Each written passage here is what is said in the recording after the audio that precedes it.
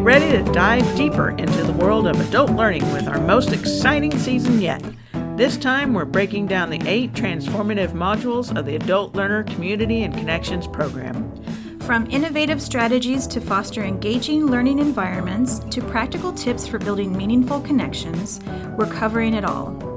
Whether you're an educator, a lifelong learner, or just curious about enhancing your personal growth, this season has something for everyone. From building strong connections to fostering engaging learning environments, we've got you covered. Whether you're an educator looking to make a difference or a lifelong learner seeking personal growth, this season is your ultimate guide. Here we are. What are we now? Episode 4 into this, Yes. Amber? Great. I am Dr. Pam O'Neill. I'm the Associate Director of Student Engagement at Online and Adult Learning. And with me today, as always, is... The Dr. Amber Anderson from Online and Adult Learning. I'm the Associate Director of Enrollment and Retention. What a mouthful. Yes, but not as much of a mouthful as our guest. Go ahead and introduce yourself. Well, I am Dr. Jessica Provines, the Assistant Vice President for Wellness at Wichita State University in the Division of Student Affairs, and I serve as our Chief Psychologist for our Student Wellness Center. Awesome. Who better to interview? Right? Yes. And I was so excited. You guys don't understand. We've got like a celebrity kind of in our midst. Yes. It's a vibe. Yeah, it is. And I'm just thrilled. And one of the reasons I'm thrilled is that one time during a meeting, I sat next to Jessica, and we were just chit-chatting back and forth, and we were talking about the Suspenders for Hope. You've probably seen them, the T-shirts. And little bit of background about myself. I have my master's in public health and my master's in communication. So anything with health and, talking about it, doing on wellness, man, I love it. Jessica started telling me about the Suspenders for Hope, how it all got started. And if you don't mind, can you get us started with that today? Absolutely. And I didn't realize you had a background in communications and public health. So yes. I'm a community clinical psychologist. And then my partner, when we were both students here at Wichita State, was an integrated marketing and communications specialist. And so I really do feel helping him on his homework has helped our campaign. Yes, that's perfect. But the Suspenders for Hope mental wellness campaign started in 2015 when we at the university in the counseling center received a federal grant to create a campus mental wellness and suicide prevention program. And one of our tasks was to create an awareness campaign, but we did not want a campaign that was going to be about one department supporting the mental health of campus. Right. We didn't even want a campaign that was going to be about the university supporting the mental health. We wanted a campaign that was about empowering every single one of us to play a role in enhancing the mental wellness culture of our campus by sharing our stories, by celebrating our triumphs. Right. When we go through difficult times, it is when we talk, we start to heal, and it's when we start to realize that we're not alone, and that's what ends that stigma. But the Suspenders for Hope, how it got started, as part of our orientation on campus, we wanted to make sure that students knew where they could go when they were going to get into trouble. And so we had a fun game show at student orientation. All new students go through it. And we had this beloved psychologist, Dr. Christopher Leonard, he's the director of counseling now, who took his role as the game show host very seriously. He'd be wearing his suspenders and his bow tie, and students started affectionately calling him Dr. Suspenders on campus. So then when we got... There was one time actually students were at Buffalo Wild Wings and they posted on social media a Dr. Suspender spotting. So that is awesome. Yeah. Very cool. We took that story to our creative team on campus and said, there's got to be something we can do with the suspenders. And that is when the Suspenders for Hope campaign really was born. And it's really become a passion of mine. The same month that we got that funding, tragically, I lost a student that I was working with in counseling to suicide. And that's really what this work is about. it's trying to help people realize that whatever difficulty you're going through now, at some point, that experience is going to be able to equip you to help others who are going through that. So True. I poured all of my grief and all of my emotions into working on that grant and learning what I could to be an expert to help, bring about a community, population-based approach to helping us improve our mental health here. And so that's the story I in a love nutshell. that. And I think it's so important because you talk about, I feel like we've all lost someone probably to suicide, and it hurts, not gonna lie. But Jessica, as I was getting ready this morning, I couldn't help but think, I wonder how many people you have saved. And so just knowing that the work you're doing, and that it's done good, but and we lose people, but how many are you saving? So thank you from the bottom of my heart. Probably more than you know. Right. Yeah. Yeah, I really appreciate that. It's hard. We just are, coming out of September, and that's Suicide Awareness Month. And so we're very busy, and sometimes it can just be so exhausting, and all you see is how much work we have left to do. Yeah, sure. And all the holidays coming right. up. Absolutely. And the problem with, prevention is you don't always know the ones that you helped. And so when I hear that kind of feedback, it does give me a lot of encouragement and makes me want to keep going. And because I think that's the work we all do, even just as staff and faculty here at the university. That little smile, that little word of encouragement, we never know how much it's going to help.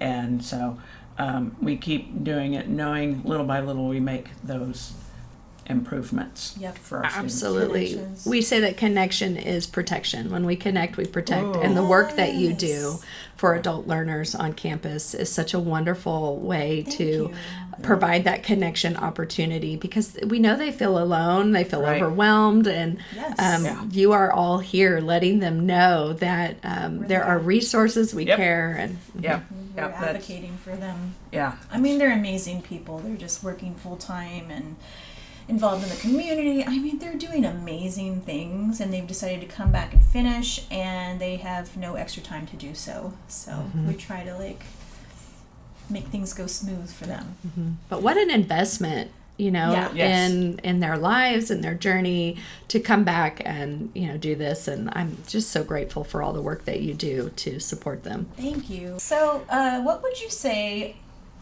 you use the student wellness cards for? I've seen them around campus, but I don't think I was ever at a meeting that explained to me. I know you can get online and request cards.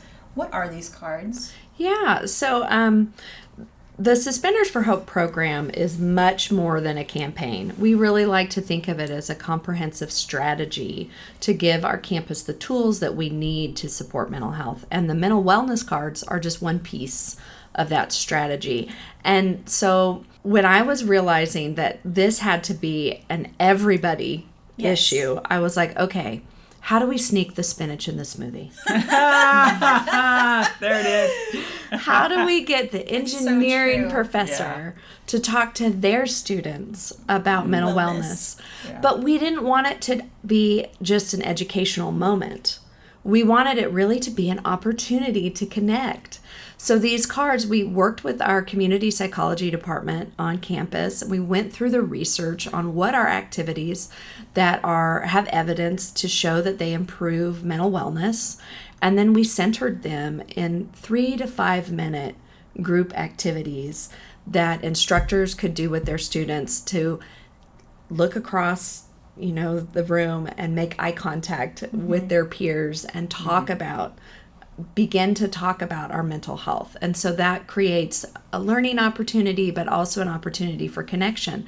And now we've adapted those resources, those cards for managers to use with their teams and workplaces, because the mental health of our faculty staff is important as well. And Thank you. It's all of us. It's all of us, right? Right. So, and we've also adapted the cards for Spanish, and we're working on a Vietnamese version. So we're really just trying to. Exciting. Isn't that so exciting? Yes. I know. I can't wait till they're already. We're just trying to develop tools and resources that people can use to be advocates for mental health every day. And I love that they're in 3 to 5 minute segments. So because, like Amber had said before, for our adult learners who are terribly busy, I'm seeing them maybe in front of their families and, at dinner time or wherever, or maybe in the car, even just to have those cards. Grocery shopping. And and you can have those conversations. So absolutely. Great. That's kind of where the idea came from. I do have a set of cards at the dinner table at my house. Oh, nice. Very good. The little conversation starters, and we thought, well, how can we do this in the classroom and make it on mental wellness? So I've noticed also we were playing around, we were cyber stalking you kind of. Just a little bit. Just a little bit. But almost fangirling, Yeah. But we saw that you have a playlist, a YouTube playlist on meditation and mindfulness. Can you tell us a little bit about that playlist? Yes. Our counselors at the Counseling Center have helped put that together. It's another free resource that we try and make available to our campus community. And I mean, let's face it, there's lots of different meditation apps and YouTube videos out there, but I think that there's something special when you can come together as a community, as Shocker Nation. Right. And not only do we share those meditations on the YouTube channel, but we'll maybe highlight a resource from campus, like, perhaps the Office of Adult Learning. That'd be phenomenal. And so I think, coming together as a community is one of the aspects of that. And it's so important that we take time daily, to reflect, to be still, to try and take that quiet time. It's really important for our mental health. And I believe when we can look at our current situation, the emotions that we're feeling, the circumstances, and we can kind of step back and take that curious perspective, it can help us kind of separate from the intensity and the pain maybe of that moment. And it can really help people get through a difficult time. Yeah. So. Yeah. Do you meditate every day? So I've taught meditation. Do you drink the Kool-Aid? Well, I have taught meditation classes for over 20 years. Oftentimes in a therapy setting, and I teach them regularly, and I will tell you that for years I sucked at it. Okay, good, because I suck at it. We all suck at it. It's terrible sitting there by yourself with your own thoughts. It is so, I mean, it's difficult. It's hard. It's very hard. And so I was always really poor at developing my own daily practice, even though I was teaching it. But then a couple of years ago, I went through another devastating loss, and it was a really intense grief, one that I couldn't bury. I couldn't get away from it, you know? And I think we often do try and bury some of that pain. Sure. And mindfulness helps us move through it. And so I'm so grateful that I had the knowledge of how to meditate, and then I did stick with it. I started a daily practice. I started walking meditation at first because sitting still was too much for me. Oh, yeah. And then now I've gotten to the point where I'm kind of like, okay, I need to go get my steps in, because I do just want to sit in silence. So it's gotten to the point where it's a daily practice. It's a habit for me, and it's a time that I look forward to. It's one of my favorite times of the day. Is that what you're doing at the gym when I see you? Yes. When you see me on the track walking with my eyes closed, I'm doing my walking meditation. So focused. So what I found, and I've talked to Amber about this, I swim. Oh, because yes. This is another form of meditation. It really is for me. I've had 2 back surgeries and 2 knee surgeries. So I've had a couple doctors say, don't run, only if you need to save your life. Don't run or jump. And I'm like, well, now how do I get my exercise in? Sure. And yes, there's walking, but what I found is swimming. Yeah. And I know exactly what you're talking about when you say close your eyes. But for me, I've got my little goggles on, my swim cap and everything. And it's that minute I hit the water and everything just kind of disappears. Yeah. How lovely is that? Yeah, it's just amazing. And when you're going through the motions, of grief or whatever it is, to be able to have that, it's almost, I would say, almost life-saving. It adds to the quality of your life. so much. So the physical part of it is what amazes me. I've got to get better at it because I'll sit the whole day like this, hungered over my laptop, Right. and not get up. Yeah, we live in such a distracted world that when the moment that we are in silence, oftentimes that stuff that we're trying not to think about is the first thing there. And then we go try and find something else to distract us. Yes. Right. But really to heal, we do have to move through it. So I just want to encourage people that, you know, if you've tried meditation before and it didn't work for you, try something else. You know, there's movement meditations, there's different kinds of sitting practices or concentrations and breathing exercises. There's so many different things to try. Just That's cool. check out It's one. not your old grandmother's meditation anymore. It's Right. I'm glad to Personal. hear, you say that there are different ways to do meditation, because old school me just wants to sit there, and think of the person with their legs crossed and go, Yeah. but it's not Just that. And that's a terrible place for beginners to start. Really hard. It's a terrible place for beginners to start. When you do that internal awareness focused meditation, you're oftentimes just grappling and not sure where to start. So oftentimes if you can focus on something outside of you and very concentrated, that's a good place to start. One Like adult thing. coloring. Yeah, one thing at a time. Or yoga. Yeah, or get yoga, it. or knitting, or cross stitch, Yeah. or swimming. or swimming. Yeah, That's really very good, good. Pammy. Yes, and so I'm looking at all these questions we have, and I think the three of us could sit here and talk for days. But could. Amber, do you have a question Yes, here that you're wanting to ask? I wanted to know what a mental health screening is, because this was us stalking your website the other day, and I realized I don't really know what that is. Is that, what are you screening? Does it cost anything? No, they're free. It's a free tool on the Counseling and Psychological Services website. And anybody can go there, and there's like a different set of categories that you might be like, you know what, I wonder if I'm dealing with some anxiety. So you can just click on that, and it asks you a set of questions, and then it'll give you feedback on how likely it might be that you are, struggling with that you're struggling with anxiety in your life. And then it will also recommend resources. And particularly for our enrolled students, it will talk about how you can then schedule a follow-up appointment at the CAPS center, and you can do that online, or you can call and schedule an appointment, and we're really able to get people in really quickly. Good, good. I like knowing about that. Yeah, because I saw that, and the more I know about mental health, I feel like we should have mental health checkups once a year. Oh, everybody Right? should, for sure. But it's not something I've ever. Prioritize like Right.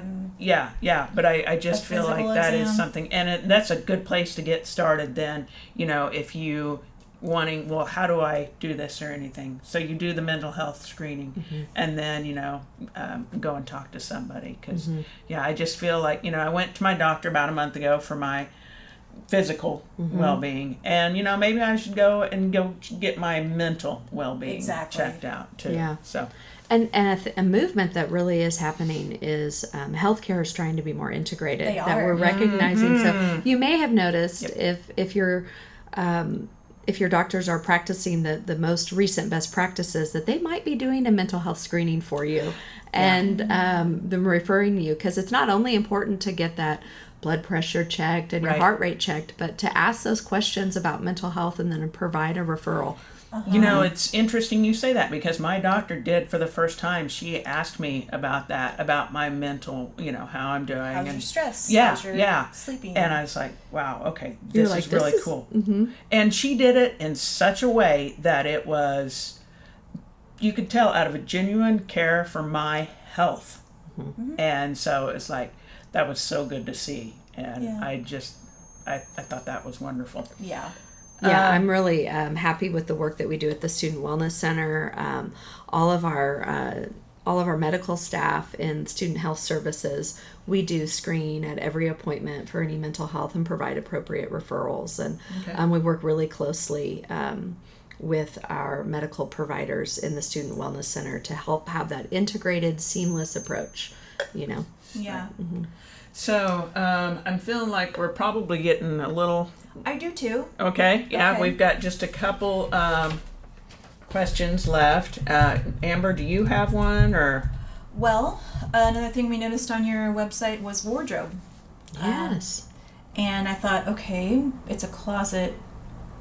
But it seems different. It's a different type of closet. Yeah, the wardrobe is there for anyone to use, really, but it is also particularly for individuals who are exploring their gender expression, to come and to not have to spend money on different clothes or different kinds of makeup products, and to explore that gender expression in a safe, confidential space at the wardrobe. Perfect. Okay, I have one more that I want to ask, and it's basically, so our students, as Amber was saying before, are just phenomenal, and they want to be involved are. and do things. How can students be involved in mental health advocacy? Well, there are lots of ways, but if students want to get formally involved with us, we would love for them to become a prevention ambassador. Nice. And it is, I think, so important that we have our returning adult students Right. as prevention ambassadors, which I know we have. We do have some. And so they can go to our Hope Services website, that's Health Outreach, Prevention, and Education, and they can find out information there about how to become a prevention ambassador. Right. These prevention ambassadors, they meet regularly, they learn about peer support, peer education, and they help with our mental wellness and our prevention efforts on campus. And you'll see them on campus oftentimes doing a lot of tabling and outreach events. And stuff. so we would love to have our students and get them involved. Awesome. We'll make sure we get those in our notes. So if you're listening to this podcast and want to know how, I'll put them in our notes and they'll be on the website. But you can always contact me or Amber or even Dr. Provines and ask us those kind of questions. 'Cause Always. we all want to help. I think that's it. But Yes. we usually do what we call a Shockers Learning Out Loud moment. Okay. And I'm putting you on the spot here, and I Right. apologize for that. But it's usually this one little nugget of information or something that you can leave with our students that, this, what have you learned? What is the most important takeaway kind of thing? Your last hurrah, if you will, on Mine this is- podcast. Mine is keep showing up. Yeah. I like that. I don't know that I have such a great nugget there for you. Okay. But I really do think, transforming the difficulties in our life to have, to help bring us purpose and meaning into what we do is important. And that as you're going through your shocker journey, that there's going to be lots of valleys. Yeah, and to just for never give up hope, keep moving through those, and just know that what you're going through might be exactly your purpose sometime in the future. Nice. Now that's Beautiful. Oh my goodness. Beautiful way to shut the show down. Yeah, yeah. Well, thank you you again. so much. This was wonderful. Thank you for having me. It's an honor.